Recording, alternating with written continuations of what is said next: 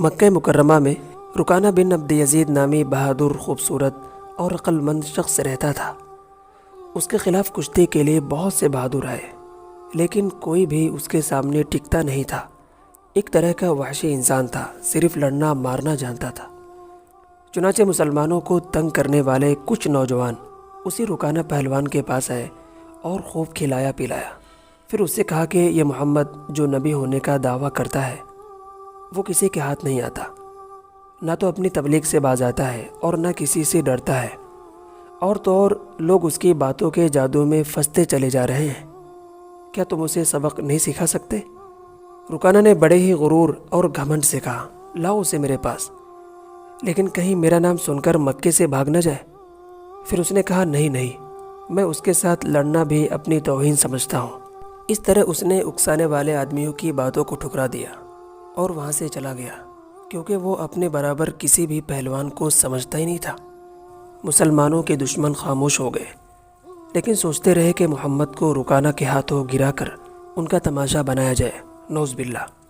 مکہ مکرمہ کے یہودی مسلمانوں کے دشمن تھے، اور خاص کر آپ صلی اللہ علیہ وسلم کے سخت دشمن تھے، لیکن وہ کھلم کھلا میدان میں نہیں آتے۔ وہ خوش تھے کہ اہل قریش آپس میں ہی ایک دوسرے کے دشمن بن چکے ہیں۔ چنانچہ ایک دن وہی رکانہ پہلوان رات کے وقت ایک گلی سے گزر رہا تھا کہ اس کے قریب سے ایک بے حد ہی حسین و جمیل لڑکی گزر رہی تھی۔ چاندنی رات میں رکانہ پہلوان کو اس حسین و جمیل لڑکی نے پہچان لیا۔ رکانہ ایک وحشی قسم کا انسان تھا۔ اس نے اس لڑکی کو راستے میں روکا اور کہنے لگا، کیا تم جانتے ہو کہ ایک لڑکی کسی مرد کو دیکھ کر مسکرا دے تو اس کا کیا مطلب ہوتا ہے؟ اس کا مطلب ہوتا ہے کہ وہ لڑکی اس مرد کو چاہتی ہے۔ رکانہ نے کہا کہ تم کون ہو اور تمہارا نام کیا ہے؟ لڑکے نے کہا کہ میں سبت بن ارمن کی بیٹی ہوں۔ رکانہ نے کہا کہ اچھا، ارمن یہودی کی لڑکی ہو؟ اس کے بعد رکانہ اس لڑکی سے قریب ہوا اور کندھے پر ہاتھ رکھ کر کہا، کیا میں تمہیں اتنا اچھا لگتا ہوں؟ تمہیں میری طاقت اتنی زیادہ پسند ہے؟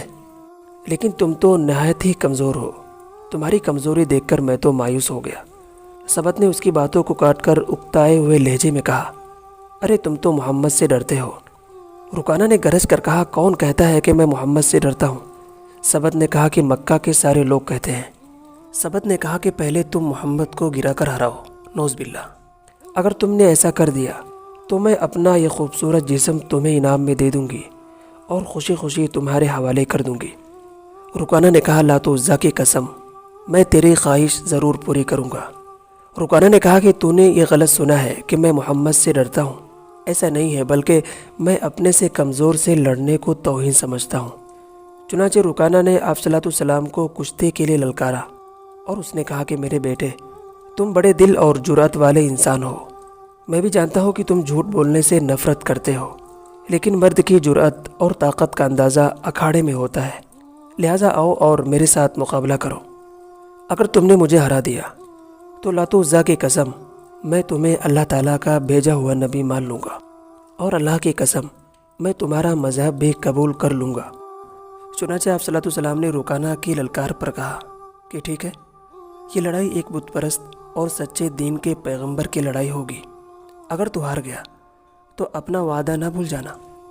یہ خبر مکہ مکرمہ میں جنگل کی آگ کی طرح پھیل گئی کہ رکانہ پہلوان اور آپ صلی اللہ علیہ وسلم کے درمیان کشتی کا مقابلہ ہوگا، اور جو بھی ہارے گا وہ جیتنے والے کا مذہب بھی قبول کرے گا۔ چنانچہ قریش کا بچہ مرد، عورت اور تمام یہودی اس مقابلے کو دیکھنے جمع ہو گئے۔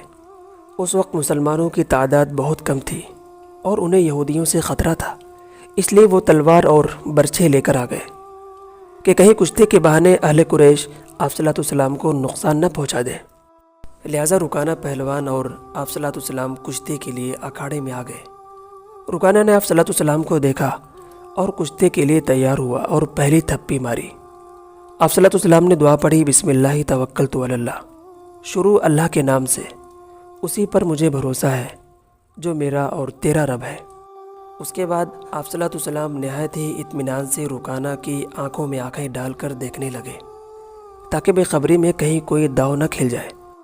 رکانہ آپ صلی اللہ علیہ وسلم کے ارد گرد گھومنے لگا جیسے شیر اپنے شکاری کے ارد گرد گھومتا ہے۔ کفار کا ہجوم رسول کریم کا مذاق اڑا رہا تھا، لیکن مسلمان خاموش تھے وہ دل ہی دل میں اللہ تعالیٰ سے دعائیں کر رہے تھے اور تلواروں کے دستے مضبوطی سے پکڑ رکھے تھے۔ چنانچہ مورخین لکھتے ہیں کہ آنن فانن آپ صلی اللہ علیہ وسلم نے نہ جانے کون سا داؤ کھیلا کہ رکانہ کو اٹھا کر زمین پر پٹک دیا اور چاروں کھانے چت زمین پر پڑا تھا۔ یہ منظر دیکھ کر سارے لوگ حیران رہ گئے۔ رکانہ زخمی شیر کی طرح اٹھا اور کہا کہ تم نے میرے ساتھ دھوکہ کیا ہے۔ مجھ پر حملہ اس وقت کیا جب میرا پیر پھسل گیا تھا، لہٰذا میں تمہارے داؤ سے نہیں گرا بلکہ پیر کے پھسلنے سے گرا ہوں۔ آپ صلی اللہ علیہ وسلم نے کہا چلو ایک اور موقع لے لو۔ رکانہ پھر حملہ آور ہوا۔ آپ صلی اللہ علیہ وسلم نے پھر وہی داؤ کھیلا اور رکانہ کو زمین پر پٹک دیا۔ فیصلہ کرنے والوں نے فیصلہ کر دیا کہ رکانہ ہار گیا۔ یہودیوں کا مجمع حیران و پریشان تھا۔ رکانہ نے کہا ایسے کیسے ہو سکتا ہے؟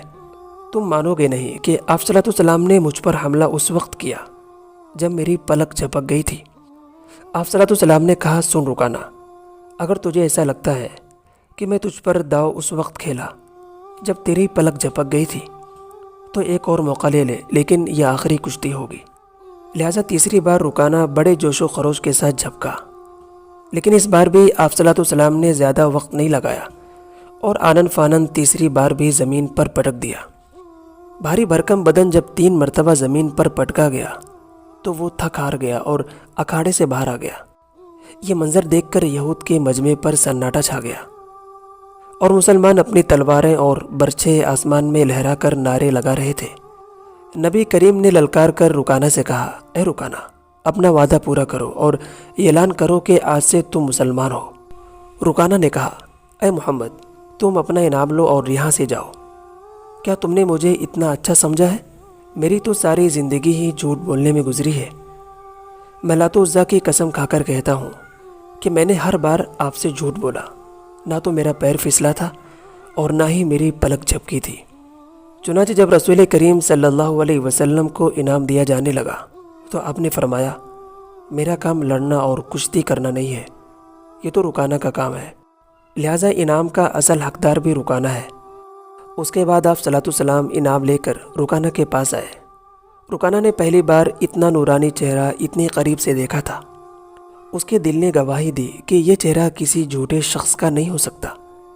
اس پر ایک عجیب سی کیفیت طاری ہو گئی اور دبی آواز میں کہا اے محمد، تم مجھے ہرا نہیں سکتے تھے، ضرور تمہارے ساتھ کوئی طاقت ہے۔ آپ نے فرمایا اے رکانہ، اسی طاقت کی طرف تو تمہیں بلاتا ہوں۔ اس کے بعد رکانہ نے وہ انعام زمین پر پٹک دیا اور کہنے لگا مجھے یہ انعام نہیں چاہیے، بلکہ وہ انعام چاہیے جو کشتی ہارنے پر مجھے ملنا تھا، یعنی مجھے مسلمان ہونا ہے۔ اور بھرے مجمع میں کہا گواہی دیتا ہوں کہ اللہ تعالیٰ کی سوا کوئی معبود نہیں ہے اور محمد صلی اللہ علیہ وسلم اللہ کے سچے رسول ہیں۔